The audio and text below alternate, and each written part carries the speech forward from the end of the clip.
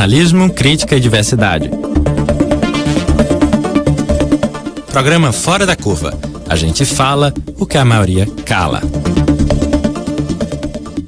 Bom dia, ouvinte das rádios universitárias 99.9 FM e 820 AM. São 11h30 da manhã e começa agora o programa Fora da Curva. Eu sou Paula Reis, professora do Departamento de Comunicação Social da UFPE. Nosso programa está sendo transmitido ao vivo pelo Facebook nas páginas Universitária 99, Marco Zero Conteúdo e, claro, na nossa página Programa Fora da Curva. Você pode participar pelas redes sociais ou pelo telefone 3879-5549. Hoje o programa pergunta: onde estão os direitos das pessoas trans? Após se perceberem de um gênero diferente do nascimento, essas pessoas sofrem diversas barreiras para terem a identidade de gênero respeitada. São vítimas de vários tipos de violência, são excluídas do mercado de trabalho, têm dificuldade para acessar os serviços de saúde e sofrem muitas vezes com a rejeição familiar. Tudo isso é agravado porque não existe uma legislação que garanta os direitos dessa população. Para aprofundarmos o assunto, estamos no estúdio com a perita do Mecanismo de Prevenção e Combate à Tortura da Secretaria de Justiça e Direitos Humanos, mulher trans e estudante de serviço social, Maria Clara de Sena. Bom dia, Maria Clara. Bom dia, tudo bem, ouvintes?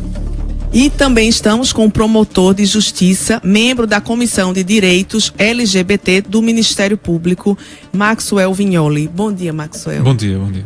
Bom, para começar, Maria Clara, o que são as pessoas trans? Pessoa trans é bem como você falou no início, né? Pessoa transexual, ela não se reconhece transexual. Elas são identificadas pelos pais, né? Porque elas começam a fugir daqueles padrões normativos. O menino já começa a apresentar os trejeitos femininos, né? Biologicamente nasceram de genitálias masculinas, então socialmente os pais querem que ele siga aquele padrão. Menino brinca de carrinho, menino brinca com menino, menino não chora, menino é o que bate.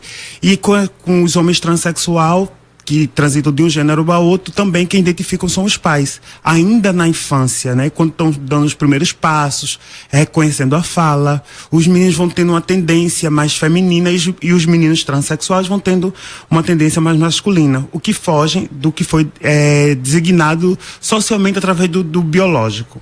E aí vão sofrendo opressões familiares, são excluídas da família, né? Começam a se perceber as violências que eles sofrem, elas sofrem. E aí, com o passar do tempo, na maioridade, elas se percebem que não correspondem ao que foi socialmente impostos, né? Uhum. O menino não vai, biologicamente, não vai brincar com carrinho, porque se identifica como transexual. A menina também, que nasceu biologicamente, ela vai brincar mais com os carrinhos. Não há uma regra, mas vai se reconhecendo dentro desse bojo de violações que vão sofrendo a partir da sua família. O que importa é que as pessoas trans valem a identificação que cada um tem para si. Para si. Né? O reconhecimento. É como o Beauvoir bem fala, né? Ninguém nasce, torna-se. A pessoa torna-se violenta, a pessoa torna-se isso ou aquilo outro. Nós, mulheres travestis e transexual, nós também nos tornamos dentro do que nos constitui socialmente. Sim. Eu sou, por exemplo, eu sou travesti, sou de periferia, né? Sou nordestina, então eu tenho tudo isso contaminado dentro de mim, enquanto sujeito.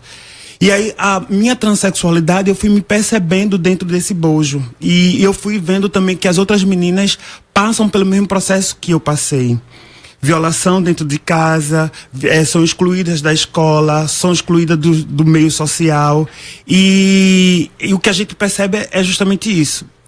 Depois, com o tempo, é que nós começamos a entender o significado de direitos. É o que a gente vai discutir hoje. Exato. Mas é bom, importante entender que as pessoas precisam saber que transexual, né, é aquela pessoa que transita de um gênero a outro. A palavra trans quer dizer mudança. E aí a gente tem já todo um movimento, né, LGBT lutando pelos direitos. Dr. Maxwell, existe uma lacuna muito grande, né? Falta leis, né, que protejam as pessoas trans. Quais seriam os problemas principais? Porque são vários problemas, mas seria o uso do nome social como talvez a primeira forma de chegar à sociedade, essa visibilidade das pessoas trans e esses direitos? O que é que vocês acham? Enfim, quais são as lacunas todas? Queria até complementar que pessoas trans sempre existiram. Agora, talvez a diferença é a luta dessa população em afirmar seus direitos. E em direitos, sempre as lutas influenciam as leis. Sempre existe o fato social inicialmente, para depois chegar à mudança das leis. Por essa razão, nos últimos anos, as pessoas trans têm se afirmado, saído de um local escondido que muitas vezes eram obrigadas a ficar por conta da transfobia. Um dos lugares mais comuns era a prostituição. Então, elas eram excluídas, elas não tinham voz, elas não tinham como se apresentar se não fosse daquela maneira tão violentada. E o direito começa a surgir para dar respostas a essa população que ficou tanto tempo excluída. Um dos direitos que as pessoas trans pleiteiam é o nome social, que é o nome que elas se identificam, que é diferente do nome de registro. E como fazer para mudar esse nome? Porque naquele momento aquela pessoa se sente meio melhor. É muito difícil uma pessoa totalmente com uma característica feminina, com todas as formas femininas, ser chamada e ser identificada. Então, pelo princípio da autoidentificação, do direito à personalidade e também da dignidade, que são princípios da nossa Constituição Federal, sim, essa população começa a solicitar ao judiciário a mudança do nome. Quer dizer, tem que ser ainda hoje, via judicial, essa mudança do nome? Ainda. Em alguns países, como a Argentina e o Uruguai, que estão mais avançados em nós nessas legislações, essa mudança pode ser feita diretamente no cartório judicial onde a pessoa foi registrada, a partir de um procedimento um procedimento administrativo muito mais simples do que o que nós temos aqui no Brasil, que precisa passar por um processo judicial em que um promotor e um juiz, vai dar um parecer, o juiz vai sentenciar para isso. O que é a justificativa desse processo judicial? Uma suposta segurança. Quando eu digo suposta, porque há uma ideia de que nós vamos assegurar que aquela pessoa não está utilizando o nome social para a prática de crimes. Na verdade, aquela pessoa, nós precisamos entender a segurança da pessoa. Quando ela não utiliza o nome social, ela pode sofrer muito mais violência. Então, a gente precisa passar da segurança social para a segurança individual desses indivíduos, das pessoas trans. Há um projeto de lei, né, do deputado João Willis, que está parado, né, a chamada Lei João Nery, né, que está parado na Câmara dos Deputados, né? Nessa lei, ela diz para ser registrado diretamente no cartório. Ou seja, facilitaria muito, não é, o acesso aos direitos. Evitaria que também fizesse procedimentos como, por exemplo, avaliações médicas, psicológicas, que nesse momento criam um estigma em cima das pessoas trans, ainda considerando ela ou a pessoa como algo doente, mas não é. A transexualidade é uma característica da humanidade, é uma diversidade humana, como outra qualquer. Quando você traz esse questionamento se o nome social ele é mais importante, é porque as mulheres travestis e transexuais e os homens transexuais, bem como o Maxwell falou, nós estamos buscando a nossa visibilidade. Maxwell traz que nós sempre existimos. As pessoas falam, eu nunca, na década de 70, eu nunca ouvi falar em travesti e transexual. São nomenclaturas novas. Né? É bem como a internet e o WhatsApp. Antigamente não se falava sobre isso. Hoje em dia se tem. A tecnologia chega para dizer que nós, mulheres travestis e transexuais, temos o laser a nosso favor, que elimina pelos, temos a readequação sexual, tem um ambulatório, enfim. Então agora, os hormônios. Então isso nos faz aparecer mais, buscar esses resultados que vem unir a nossa mente ao nosso corpo, ou seja, readequar tudo isso. E juridicamente, a gente vem lutando ao Estado, que diz, né, na Constituição Federal, que todos e todas somos iguais perante a lei. Se somos iguais, queremos apenas o que é nosso de fato e de direito. Se a gente tem um Estado que ele é violentador, né? A partir, quando se fala de travesti transexual, de homens trans, somos violentados a partir de casa, né? Do seio familiar. Sim. O que viola o Estatuto da Criança e do Adolescente. O artigo 5º deixa claro que a criança é inviolada. E por que nós somos excluídos de nossas famílias? Por que nós somos excluídos de nossas escolas? Por que o Estado pactua com isso? e ninguém faz nada, né? Não tem uma ordem internacional que manda olhar essas crianças.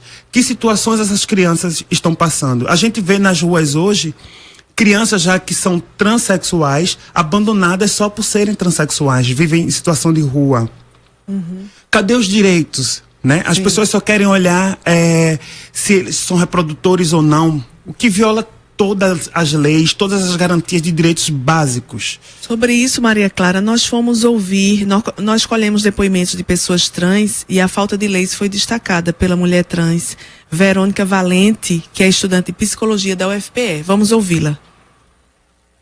Eu sinto falta, sim, dessas leis e reconheço que a ausência dessas leis, ela acarreta em coisas muito ruins para a população trans, não só para a população trans, mas para a população LGBT como um todo.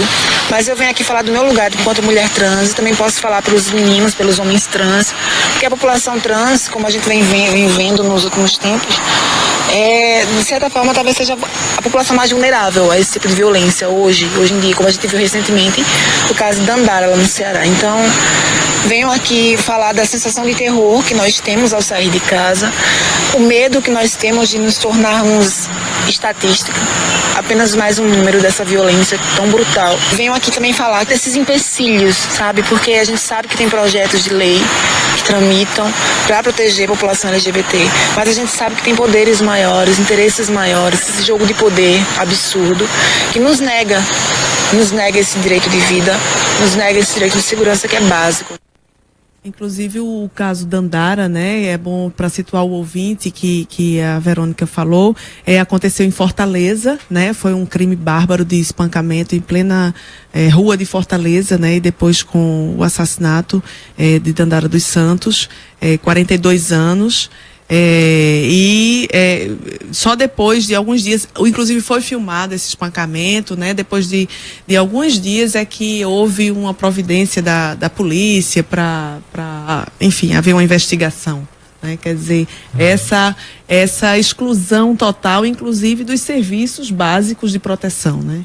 Existe a legislação pode não estar tão específica com relação à população LGBT, mas ela é protegida de forma indireta. Por exemplo, o Estatuto da Criança e do Adolescente, como bem falou Maria Clara, ele protege a violência contra a criança e adolescente, principalmente considerando o melhor interesse da criança, que é um princípio, inclusive, internacional. Se é o melhor interesse da criança e se é ela que se autoafirma e se autoidentifica como transexual, é preciso que os pais respeitem e os pais se informem.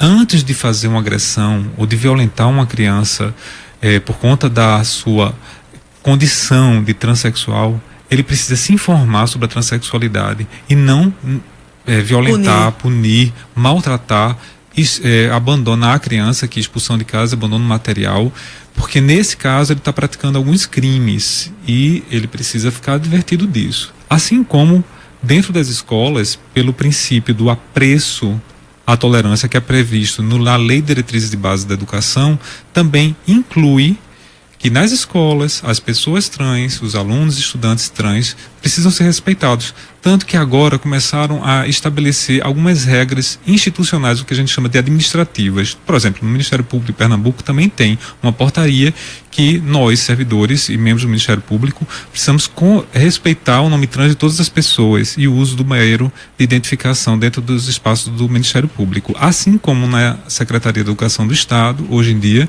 existe a matrícula com nome social. Então já tem essas iniciativas, não é, dos estados.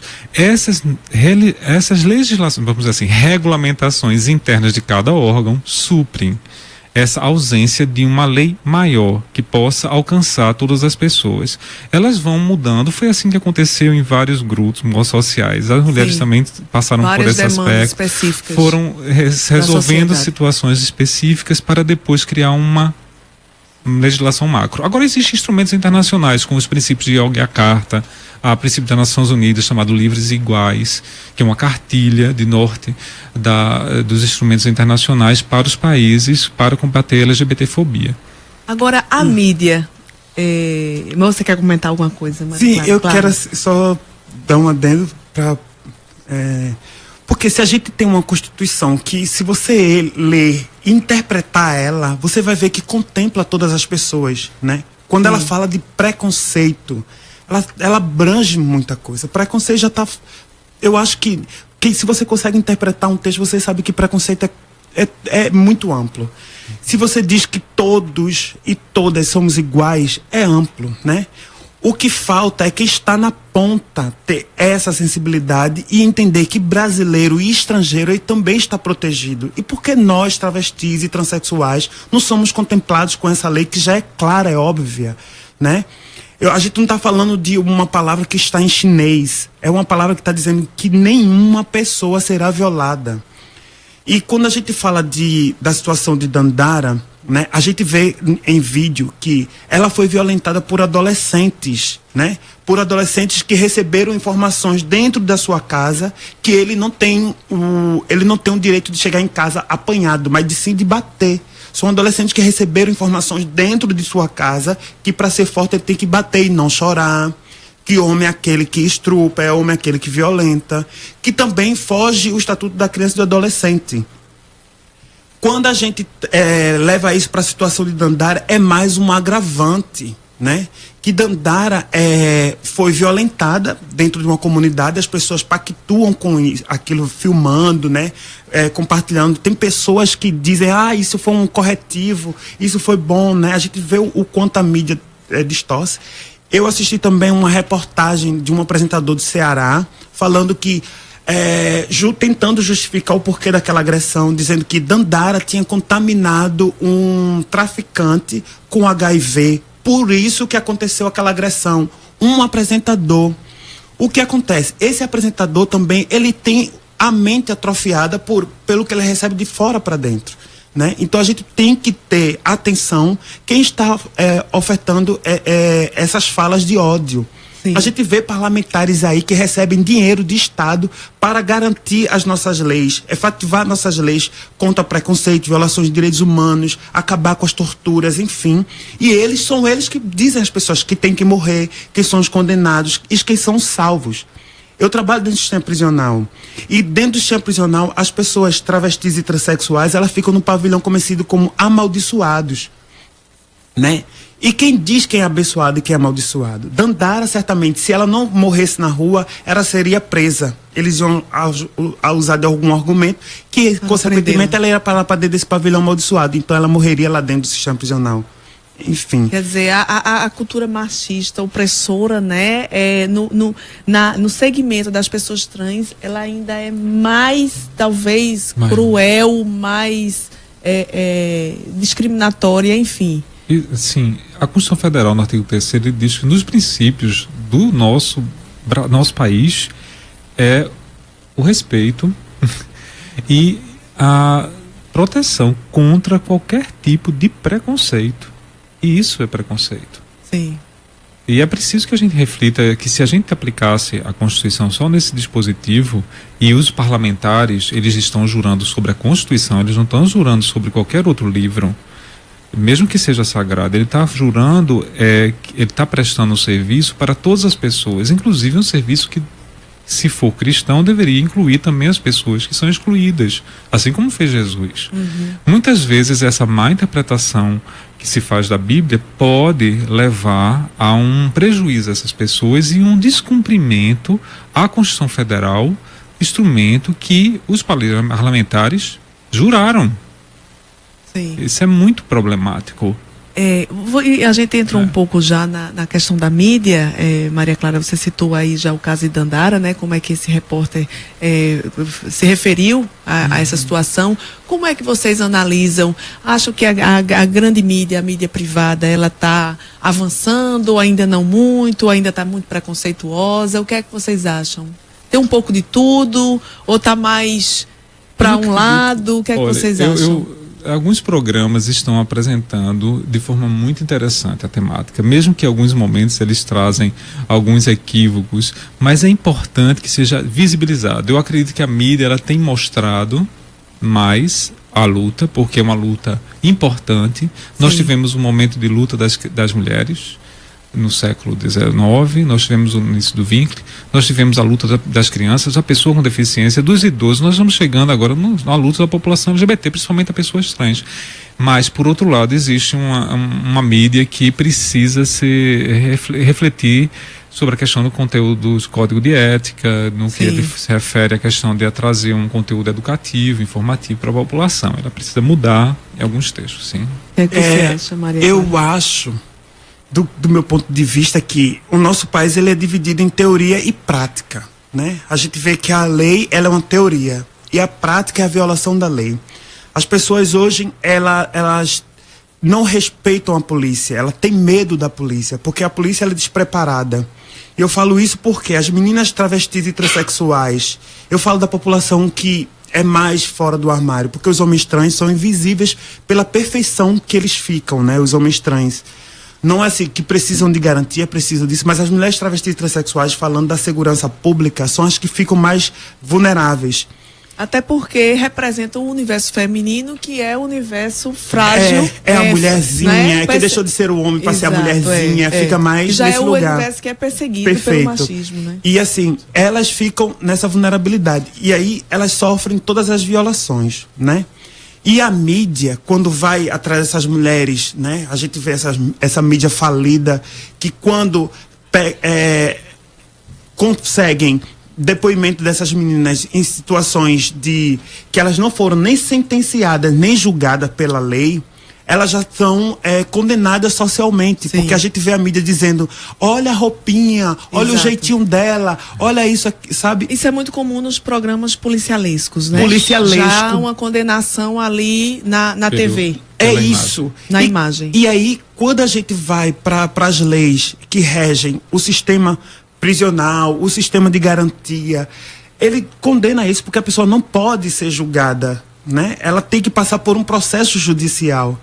Mas aí essa menina já sofre uma violência psicológica, porque ela tem família, ela tem amigo, ela tem estrutura.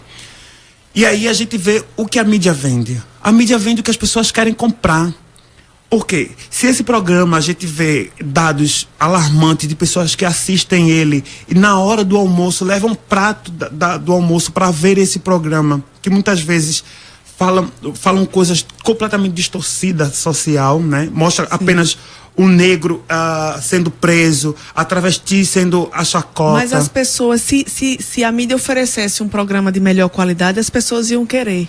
Porque infelizmente elas não têm opção. Não tem opção, mas aí é o papel da mídia. O desafio da nova comunicação, né? Principalmente em termos de democracia, na liberdade de expressão. Exatamente. Nós estamos discutindo essas questões da falta de leis que protegem as pessoas trans na Rádio Universitária, a sua rádio pública.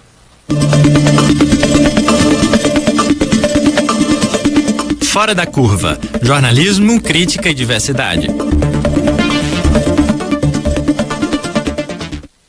Para você que acaba de sintonizar, este é o programa Fora da Curva. Estamos discutindo onde estão os direitos das pessoas trans. E algumas pessoas trans não quiseram se identificar. Vamos ouvir a situação que essa pessoa viveu. Uma vez eu fui conversar com o técnico de um esporte que eu queria muito fazer e ele olhou pra mim e disse assim que não era pra eu treinar porque eu sou um homem trans e eles não aceitam aquele tipo de gente no time. Aí eu disse, ok, saí e fiquei bem chocado mesmo com o que eu tinha escutado, tipo, eu nem tinha acreditado no que eu tinha escutado. Aí eu fui tomar medidas cabíveis, né, porque foi bem transfóbico. Maxwell, existe alguma lei que protege os esportistas ou, enfim, as pessoas trans que querem participar, jogar nos times? A lei sempre é aquela maior construção, como a gente disse. Como na ausência de uma lei específica, nós vamos aplicar alguns princípios. O princípio da igualdade, o princípio da dignidade, que são previstos todos na Constituição. É preciso que a gente realmente regulamente. Existe um projeto de lei que também pode ser levado em consideração, que é o Estatuto da Diversidade. Também está tramitando no Congresso Nacional, e ele trata de alguns direitos, entre eles os direitos à questão do lazer e esporte. Todo estatuto, ele protege determinado grupo vulnerável, assim como tem o Estatuto do Idoso, o Estatuto da Pessoa com Deficiência, que é o último mais atualizado, e o Estatuto da Criança. Assim também tem o Estatuto da Diversidade, que protege a população LGBT. é preciso que ele seja aprovado, porque esse caso, ele não tem algo específico que a gente possa tratar. O que eu posso dizer é que é claro que nós todos temos direito ao esporte e ao lazer. E a pessoa precisa ser avaliada pelas suas habilidades e não pela sua condição de transexual ou cisgênero ou homossexual ou lésbico ou gay ou hétero. Isso não interessa. Não interessa. Inclusive, o técnico, ele pode perder um grande jogador de futebol, excluindo o homem trans. Quem vai perder são aquelas pessoas. Isso é o que eu levo sempre em consideração ao fazer uma avaliação do ser humano em si. Certo. Maria Clara, tem algum comentário a fazer? É bem isso, né, que Maxwell traz, porque como eu falei, a gente vive entre teorias e práticas, né? Eu acho que o esporte, ele tem que avaliar a questão física do atleta. A gente vê agora que está sendo inserido, por exemplo, dentro das Olimpíadas, o Paralimpíada, mostrando que todo mundo é capaz de fugir do seu limite. E por que nós, mulheres travestis e os homens trans, não podem estar nesse lugar? É por uma questão hormonal. Então, se nós temos profissionais que trabalham dentro desse espaço, que avaliem, né? Agora, o que não pode é deixar que essa população seja excluída mais uma vez, infringindo as leis internacionais e nacionais e deixando os nossos profissionais naquela questão, será que realmente você é profissional, né? Excluindo essa pessoa, né? Porque eu acho que um profissional mesmo, ele tem que cumprir a lei que ele vai exercer, enfim, para que possa existir a equidade, né? Existir a igualdade, enfim. Nosso programa está chegando ao fim. Eu quero finalizar, cada um vai dar a sua palavrinha final, dando os serviços, da orientação, de apoio que existem, né, às pessoas trans, para que as pessoas possam buscar os seus direitos. A gente sabe que o mecanismo de combate à tortura recebe denúncias, né, da sociedade civil sobre casos relacionados a tortura e maus tratos em ambientes de privação de liberdade, através do telefone 3183-3161, ou através do e-mail mepctpe@gmail.com, né? E tem também o telefone Disque 100, né, que é para denunciar todo caso de violência contra os direitos humanos, né? A gente agradece a presença de vocês. Maria Clara, quer dar uma palavrinha final? Eu quero dizer que nós podemos transformar essa sociedade doente a partir de nós nos reconhecermos e nos colocarmos no lugar do outro. Eu acho que o poder universal está em nós. A gente não pode esperar que seja uma avalanche de cima para baixo. E fazer a nossa participação, né, social. Eu acho que todo mundo contribui e chega lá.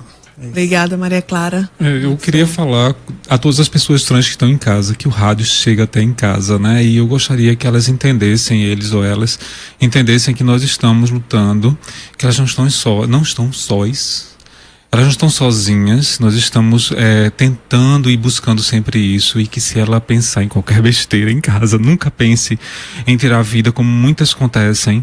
O suicídio não são estudados das pessoas trans, e muitas delas se suicidam ainda na adolescência, mas que ela não faça isso.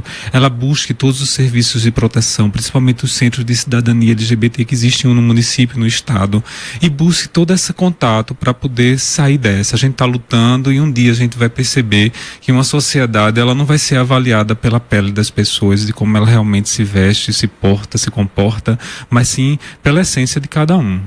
Nós agradecemos a presença do promotor do Ministério Público, Maxwell Vignoli, que é membro da Comissão de Direitos LGBT, e a Maria Clara de Sena, que é perita do Mecanismo de Combate à Tortura, da Secretaria dos Direitos Humanos do Estado. Temos mais, o programa está terminando aqui, mas temos mais conteúdo para você na nossa página, Programa Fora da Curva, no nosso canal do YouTube. Você vai encontrar vídeo do programa Erosdita, que foi um especial da UFPE 2015, feito por alunos do curso de jornalismo, com a orientação da professora Ivana, inclusive um vídeo com mais informações com o promotor Maxwell. Também um outro vídeo sobre as mulheres trans e toda a articulação e movimento para travestis e transexuais de Pernambuco, sobre a Amor Trans, também está lá no nosso canal do YouTube.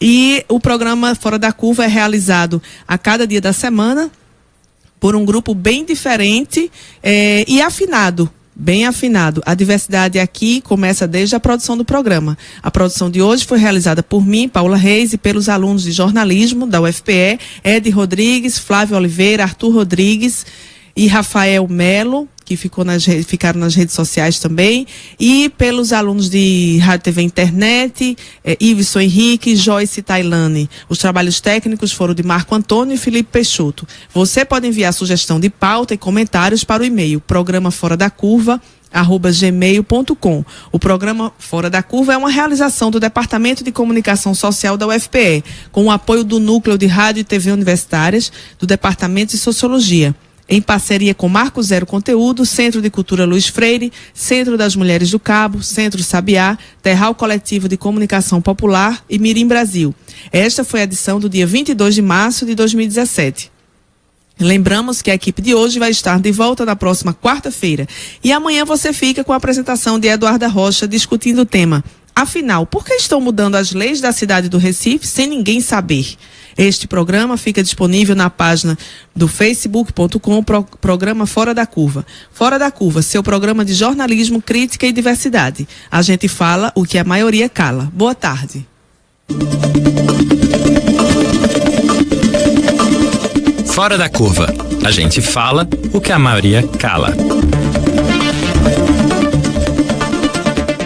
12h03. Universitária ZYD 240 99.9 MHz FM.